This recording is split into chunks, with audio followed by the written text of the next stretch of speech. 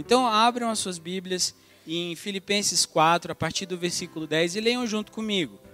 Alegrei-me sobremaneira no Senhor, porque agora, uma vez mais, renovaste a meu favor o vosso cuidado, o qual também já tinhais antes, mas vos faltava oportunidade.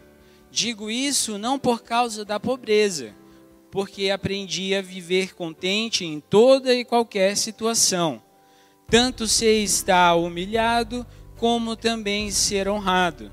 De tudo e em todas as circunstâncias já tenho experiência, tanto de fartura como de fome, assim de abundância como de escassez. Tudo posso naquele que me fortalece. Todavia, fizeste bem, associando-vos na minha tribulação.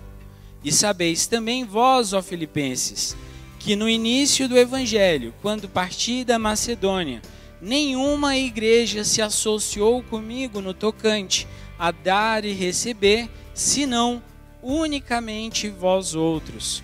Porque até para Tessalônica mandaste não somente uma vez, mas duas, o bastante para as minhas necessidades. Não que eu procure o donativo, mas o que realmente me interessa é o fruto que aumente o vosso crédito. Recebi tudo e tenho abundância. Estou suprido, desde que Epafrodito me passou às mãos o que me veio da vossa parte, como aroma suave, como sacrifício aceitável e aprazível a Deus. E o meu Deus, segundo a sua riqueza em glória, há de suprir em Cristo Jesus cada uma de vossas necessidades. Ora, o nosso Deus e Pai seja a glória pelos séculos dos séculos. Amém. Saudai cada um dos santos em Cristo Jesus. Os irmãos que se acham comigo vos saúdam. Todos os santos vos saúdam, especialmente os da casa de César. A graça do Senhor Jesus seja com o vosso espírito. Pois bem, meus irmãos, o versículo "tudo posso naquele que me fortalece" é um daqueles versículos da palavra de Deus que, quando ele é analisado apenas ele, sozinho, de forma isolada, ele pode te levar a uma interpretação um tanto quanto errada da palavra de Deus. Muitas pessoas pensam que eu falar "tudo posso naquele que me fortalece" significa que eu posso vencer qualquer desafio. Mas, pois bem, vamos dar um exemplo. Está acontecendo a Copa América, o Brasil está jogando. Eu não tenho nem tamanho, nem talento, nem idade para estar jogando com a seleção. Logo, eu não posso vencer qualquer desafio na minha vida. Eu tenho algumas doenças que também são crônicas, que até que Deus proponha revelar cura para esses problemas, eles continuarão na minha vida até o dia que eu vier à morte. Eu não posso vencer todos os problemas. Nós, por causa do pecado que Adão e Eva cometeram no jardim do bem e do mal, nós somos limitados. Temos problemas com a idade. A morte, se Cristo não voltar antes, é o que nos espera, a morte física. A morte física é o que nos espera. Portanto, nós não podemos vencer qualquer desafio. Mas olhem bem para esse slide e vejam qual é a interpretação correta. Não é "eu venço qualquer desafio", mas "eu posso sofrer todas as coisas por amor de Cristo". Isso muda a compreensão desse versículo. Isso nos ensina a viver de fato como cristãos. Em tudo dai graças. Em tudo dai graças significa que você deve dar graças a Deus pelas coisas boas que te acontecem e também pelas coisas ruins que te acontecem. O Senhor é um Deus bondoso e um Deus maravilhoso, que Ele pesa a sua mão sobre o seu povo, para que o seu povo possa aprender a respeitá-lo, para que o seu povo possa aprender a saber que Ele é o dono da igreja. Cristo disse a Pedro que a igreja lhe pertence. A igreja é de Cristo. E quando Ele pesa a sua mão sobre um pai de família, quando Ele pesa a sua mão sobre uma mulher, quando ele pesa sua mão sobre uma criança, quando ele pesa sua mão sobre um idoso, ele está fazendo isso porque ama essa pessoa. A mão de Deus, tanto para cuidar, quanto sobre a pessoa, é uma mão cuidadosa. Porque o Senhor, através das tribulações, nos ensina a confiar mais nele, a amá-lo pelo que ele é em todos os seus atributos. O nosso Deus é um Deus de amor, o nosso Deus é um Deus infinito, o nosso Deus ele é eterno, imutável, fiel. Grande é o Senhor e muito digno de ser louvado. Grande é o Senhor. Então, meus irmãos, esse é o verdadeiro significado desse versículo. Esse é o primeiro ponto. Próximo slide, por favor. Então, eu queria dizer que a felicidade em tempos de tribulação e paz, como nós podemos obter essa felicidade em momentos de angústia? Eu me aconselho com o pastor Dalzir Rodrigues, que é um pastor que foi desde a minha infância na Igreja do Gama. E passando para ele toda a minha história, ele falou assim: André, o verdadeiro cristão, em meio às tribulações, ele ainda assim permanece alegre. Mas eu pergunto, como eu posso permanecer alegre se as tribulações são tantas e de todos os lados? E aí ele me cita esse versículo e ele me explica esse versículo. Eu quero que vocês prestem atenção que para o mundo, a verdadeira felicidade ela vai depender de status social, ela depende do carro que você usa, da moto que você dirige. Eu estava lavando meu carro ontem e o rapaz disse: uma moto com tantas cilindradas não serve para andar na cidade, só serve para você fazer as pessoas acharem que você é o tal. E aí eu falei: caracas, ele só tem essa moto por essa razão? Ele nem usa o melhor potencial dessa moto, ele só tem a moto para causar inveja. Para algumas pessoas, elas acham que felicidade está em bens, está em viagens, está em ser honrado pelas pessoas, está em ter uma reputação que todas as pessoas ao seu redor ficam felizes. Essas pessoas, elas preferem o sorriso do mundo ao sorriso de Deus. Outras pessoas, elas entendem que felicidade nesse mundo é você ter saúde, é do seu time de futebol ir bem no campeonato e de outras coisas assim. Mas eu quero colocar em 4 pontos aqui, que para Deus, a nossa felicidade, ela vai depender, em primeiro lugar, do nosso relacionamento com Ele. Em segundo lugar, do nosso relacionamento com Ele através dos nossos irmãos de fé em Cristo Jesus, que são os nossos sócios nas tribulações. Do reconhecimento de quem nós somos em Cristo Jesus, a nossa identidade nele, e do nosso reconhecimento, do nosso entendimento, que as bênçãos do Senhor, elas não podem ser compradas ou barganhadas. As bênçãos que o Senhor dá e distribui ao seu povo, elas são gratuitas pelo sangue de Cristo. Não foi de forma grátis que nós recebemos essas bênçãos, mas foi pelo sangue de Cristo, pelo seu sacrifício, que hoje nós podemos receber essas bênçãos. Próximo slide, por favor. Então, eu quero olhar aqui o texto com vocês. Em primeiro lugar, o texto de Filipenses, do versículo 10 até o versículo 13. O que Paulo está falando aqui nessa situação, a igreja de Filipos, ele está agradecendo as contribuições financeiras que ele recebeu dessa igreja. E ele está falando: meus irmãos, porque aprendi a viver contente em toda e qualquer situação, tanto sei estar humilhado como também ser honrado. De tudo em todas as circunstâncias já tenho experiência, tanto de fartura como de fome, assim de abundância como de escassez. O que Paulo está dizendo à igreja de Filipenses, que ele já experimentou em determinado momento dele ter tudo, mas também experimentou ter nada. Quando fala de fome, Paulo realmente passou fome. Ele ficou perdido no mar, sofreu acidentes. Ele foi preso 2 vezes em Roma. A primeira prisão domiciliar, a segunda prisão por razões políticas. Uma prisão que levou ele ao martírio. Ele foi açoitado. Ele sofreu.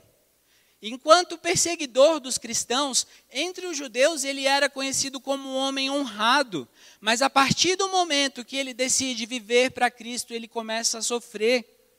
Hoje, mais cedo, na classe da EBD, eu estudei com os jovens, lá em 2 Timóteo, capítulo 1, que Paulo, ele tinha a sua consciência limpa por servir a Cristo, mas porque ele tinha a sua consciência limpa em servir a Cristo, ele sofreu severas consequências. No final do capítulo 1 diz que ele perdeu 2 amigos, porque essas pessoas tinham vergonha de Paulo.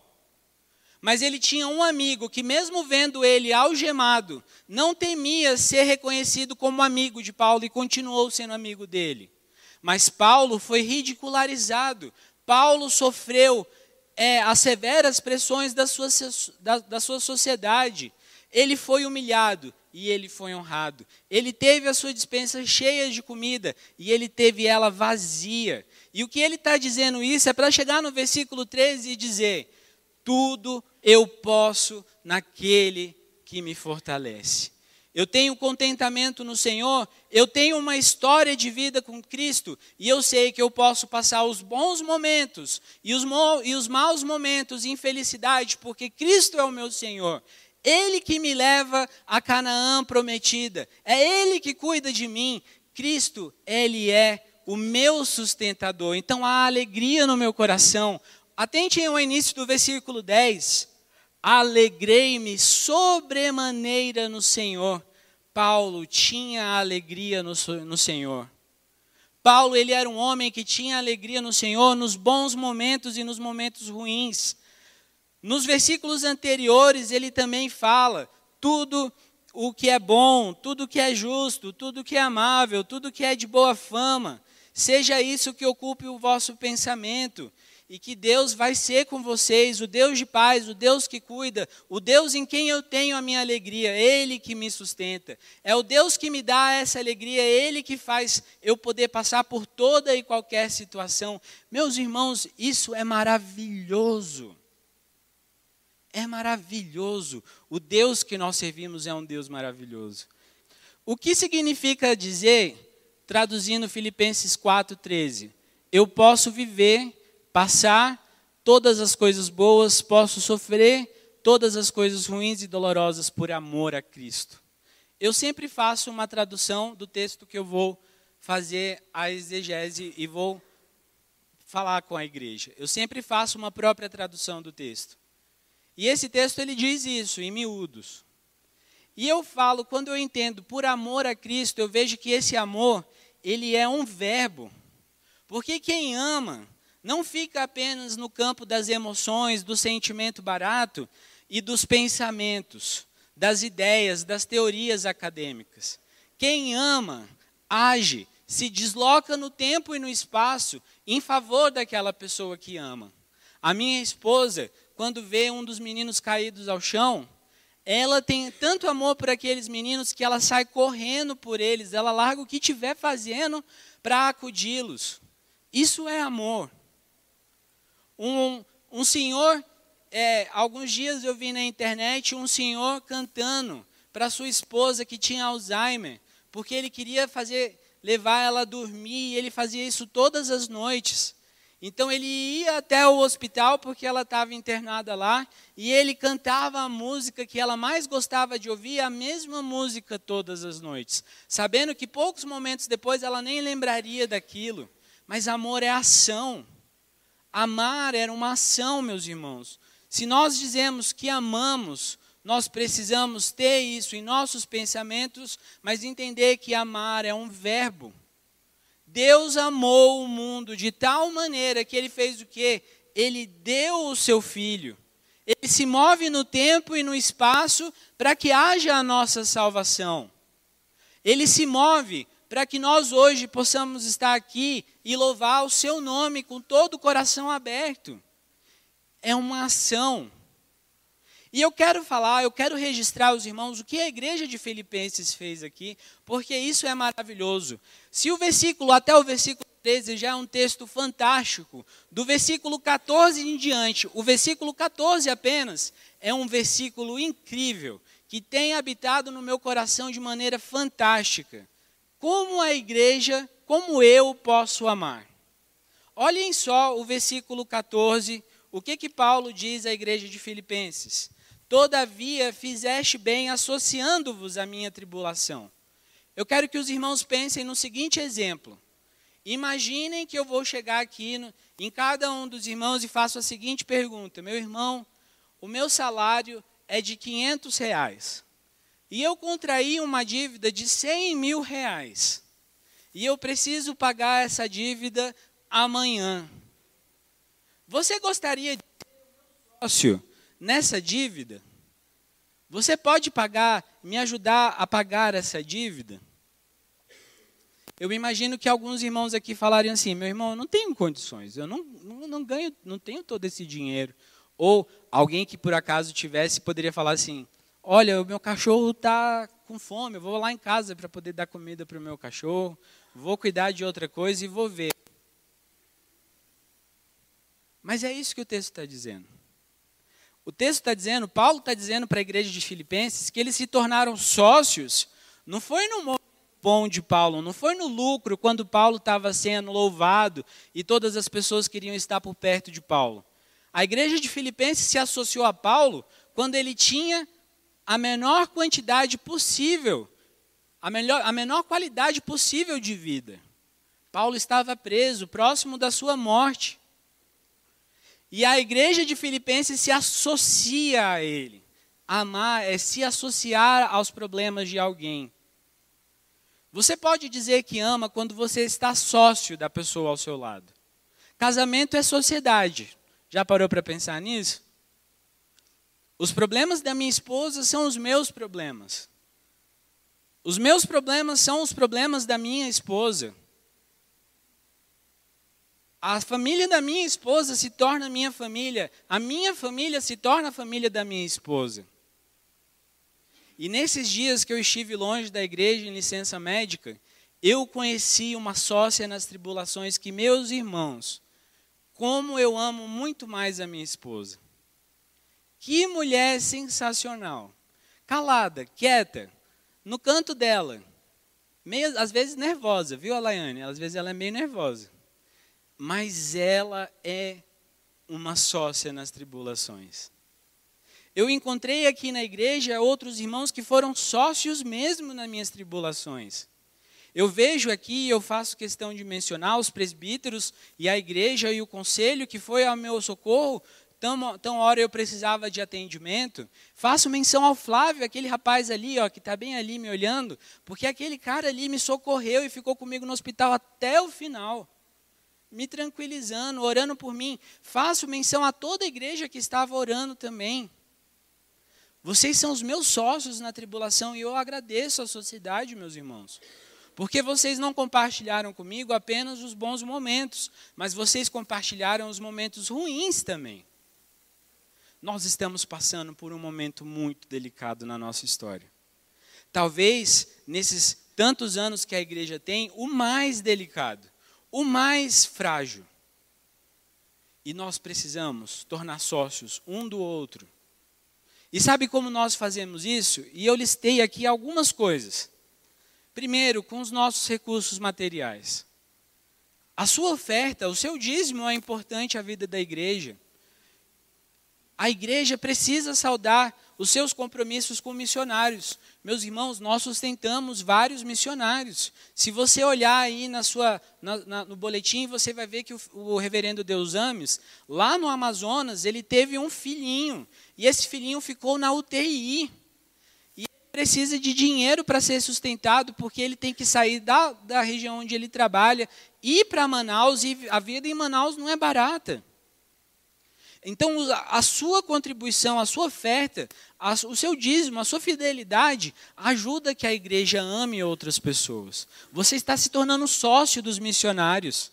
Você não está apenas dando uma contribuição, mas quando você ora por um missionário, quando você dobra o seu joelho por um missionário, você distribui os seus recursos para que esse missionário trabalhe, para que a igreja tenha os seus trabalhos, os seus compromissos, a família da fé, o sopro e amor continuando, você está amando a igreja, meu irmão. Então, em primeiro lugar, não assim em primeiro lugar de ordem de importância, porque eu não coloquei uma ordem, Mas os recursos financeiros é uma forma de a gente amar a igreja e de amar os próximos ao nosso redor. Outra maneira é com o seu tempo. Ah, pastor, eu trabalho tanto durante a semana, eu tenho tantos compromissos, eu sou uma pessoa tarefada, eu sou igual ao Bill Gates, eu acordo 5 da manhã e só vou para a cama 2 da manhã. Eu tenho uma lista de trabalhos, de tarefas, eu tenho 5, 6 filhos para cuidar. Eu tenho que fazer muitos afazeres, eu não tenho tempo para a igreja. Meu irmão, se você ama a igreja, ama o Senhor, o trabalho do Senhor, você vai dedicar o seu tempo ao Senhor. Você vai dedicar o seu tempo amando as pessoas. É impressionante o projeto Sopa em Amor. Porque lá no Sopa em Amor, as senhoras dedicam o tempo que elas poderiam estar fazendo outra coisa à tarde e vêm aqui na igreja cortar chuchu. Você já cortou chuchu? É horrível. Mas elas vêm aqui à igreja e dedicam toda terça-feira, a cada 15 dias, dedicam o seu tempo. Cozinham com muito amor. À noite, mais irmãos estão lá no Hospital do Paranoá, entregando sopa, falando de Cristo, orando. Isso é amar a igreja.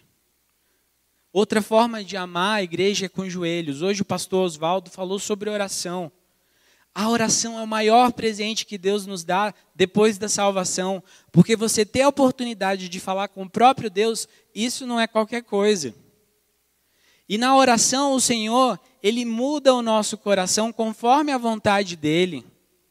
Na oração, Deus transforma as nossas vidas.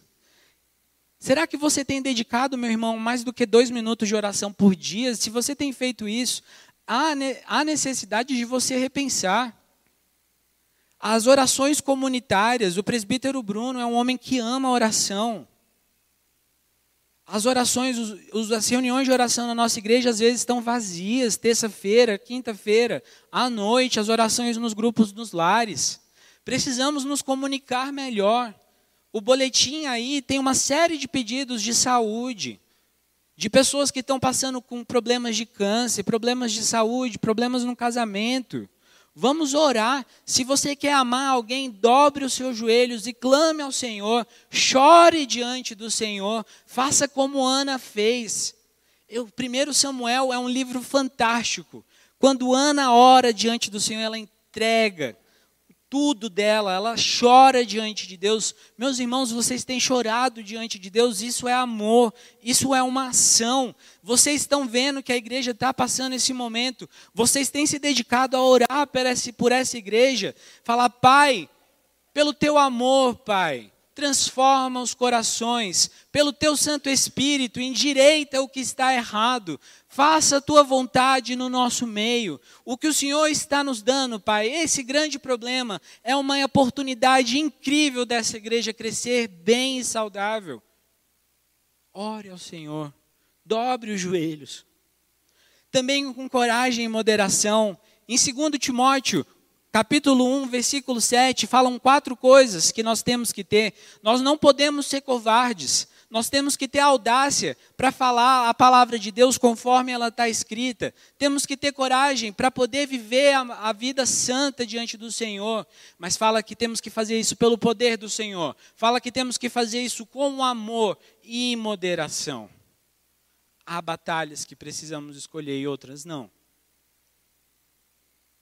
Depois diz, com uma vida fiel, ponto 5, de testemunho de Cristo e pela busca de uma vida santa, 7 dias por semana, 24 horas por dia. Não basta você ser um santo apenas aos domingos aqui, enquanto você está sentado na igreja. Você precisa ser um santo todos os dias da sua vida. Com todas as tratativas que você fizer, nos seus negócios, com a sua família. Quantos pais que são santos na igreja e com os filhos são pessoas horríveis? Quantas mães, quantas mulheres, quantos adolescentes que aos domingos cantam louvores ao Senhor e depois se entregam à pornografia, aos vícios desse mundo? Se nós queremos amar a igreja que Cristo deu, se nós queremos amar este mundo que precisa ouvir de Cristo, nós precisamos estar com essas pessoas buscando uma vida santa. E nós precisamos estar com as pessoas que buscam orientação. Existem pessoas aqui com problemas, com vícios. Meu irmão, a palavra de Deus, ela é útil para o ensino, para a repreensão, para a exortação. Se você vê um irmão fazendo algo errado, você tem a obrigação de chegar naquele irmão e falar assim: meu irmão, eu quero me tornar sócio do seu problema. Compartilhe comigo o que você está passando. O que eu posso fazer por você?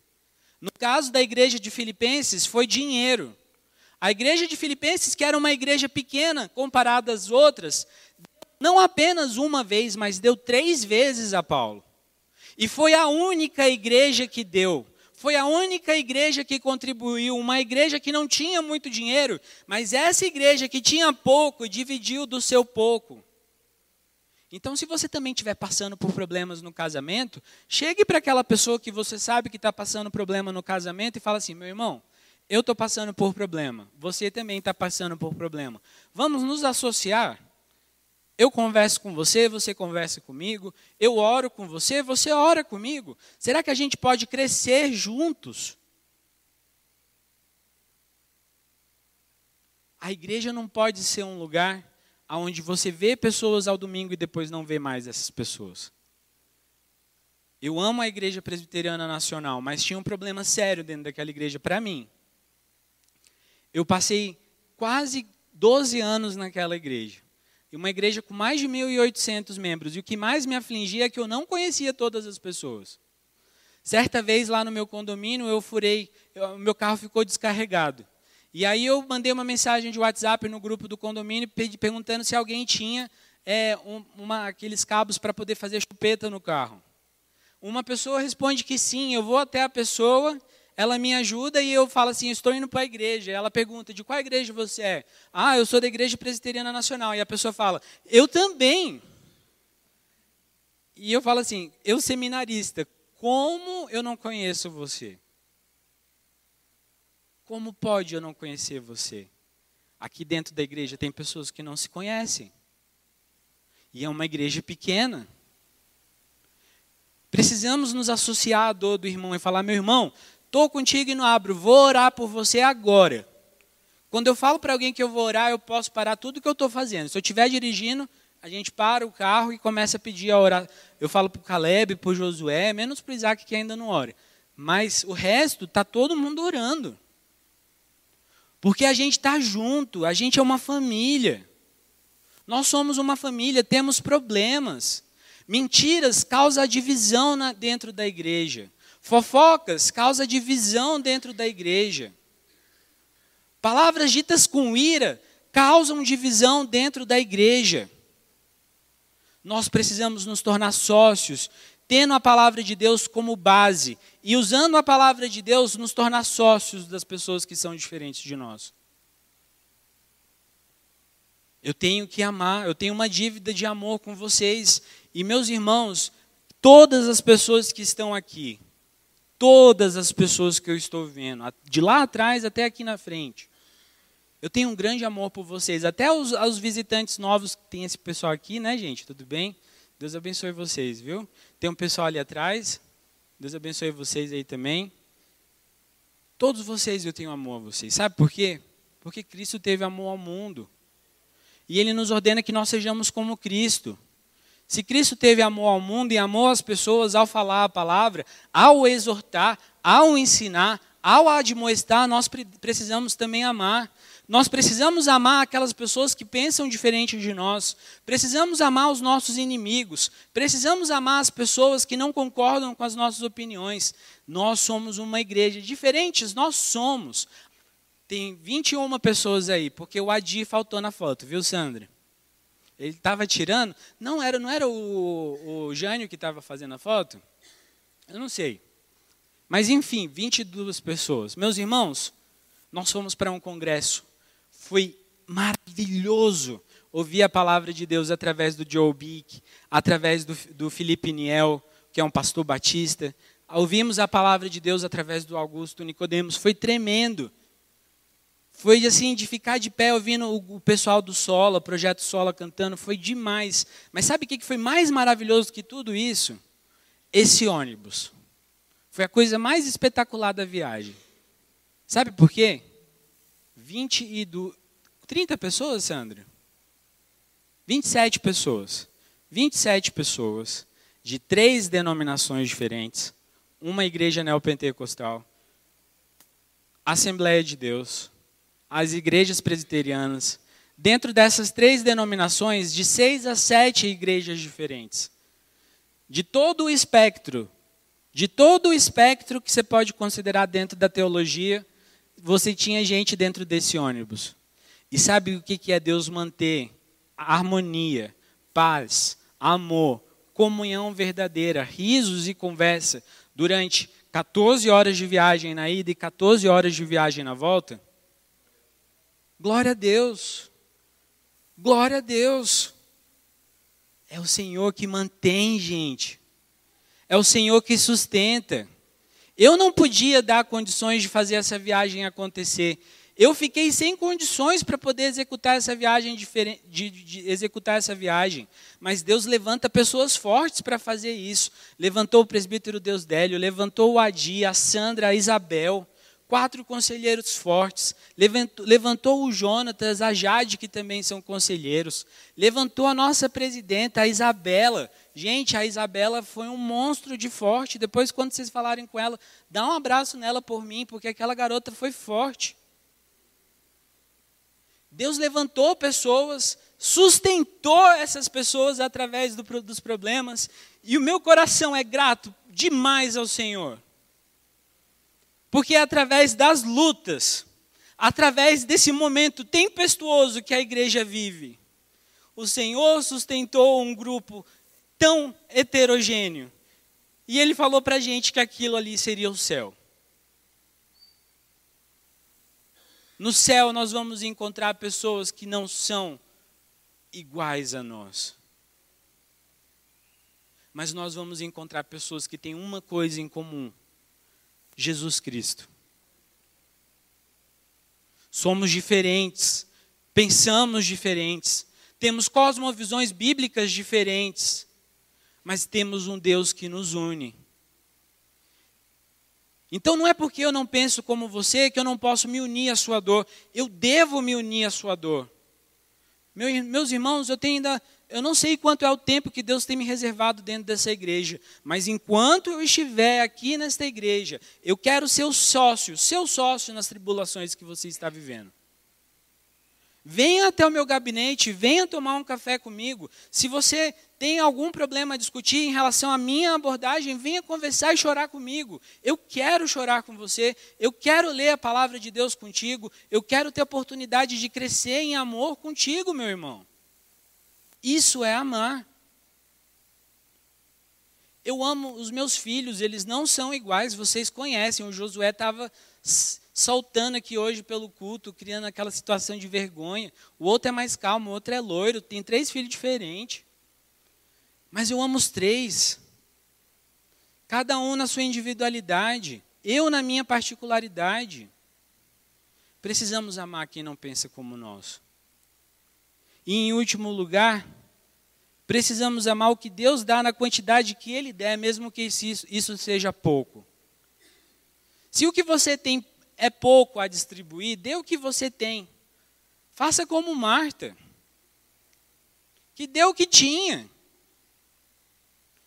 Você não precisa ter muito de conhecimento, mas você tem disposição, tem tempo, dê o seu tempo, dê os seus recursos, dê o seu amor, se una às pessoas em oração, divida as suas tarefas, divide as suas cartas, seja sócio.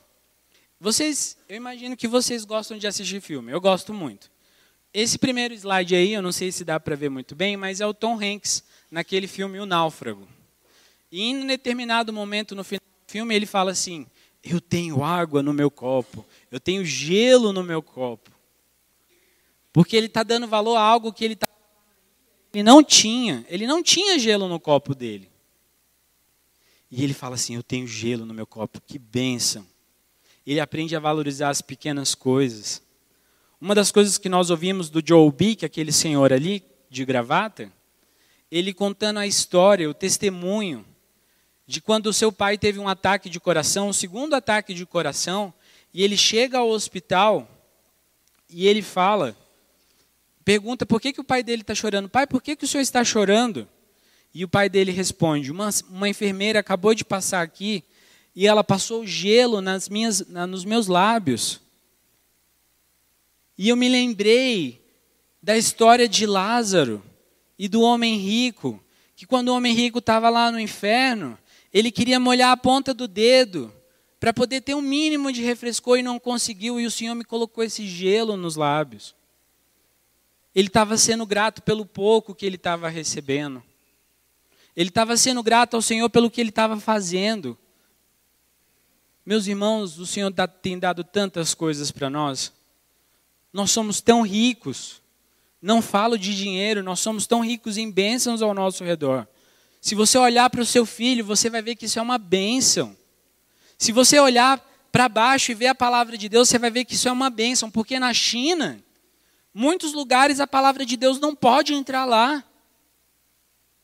Isso é riqueza, isso é preciosidade. Nós temos um templo que é nosso, não é alugado, para poder adorar o único Deus vivo. Temos carros para poder nos levar até em casa. Temos uma família. Sejamos gratos por todas as coisas que o Senhor tem nos dado. Eu sou grato pela minha diabetes.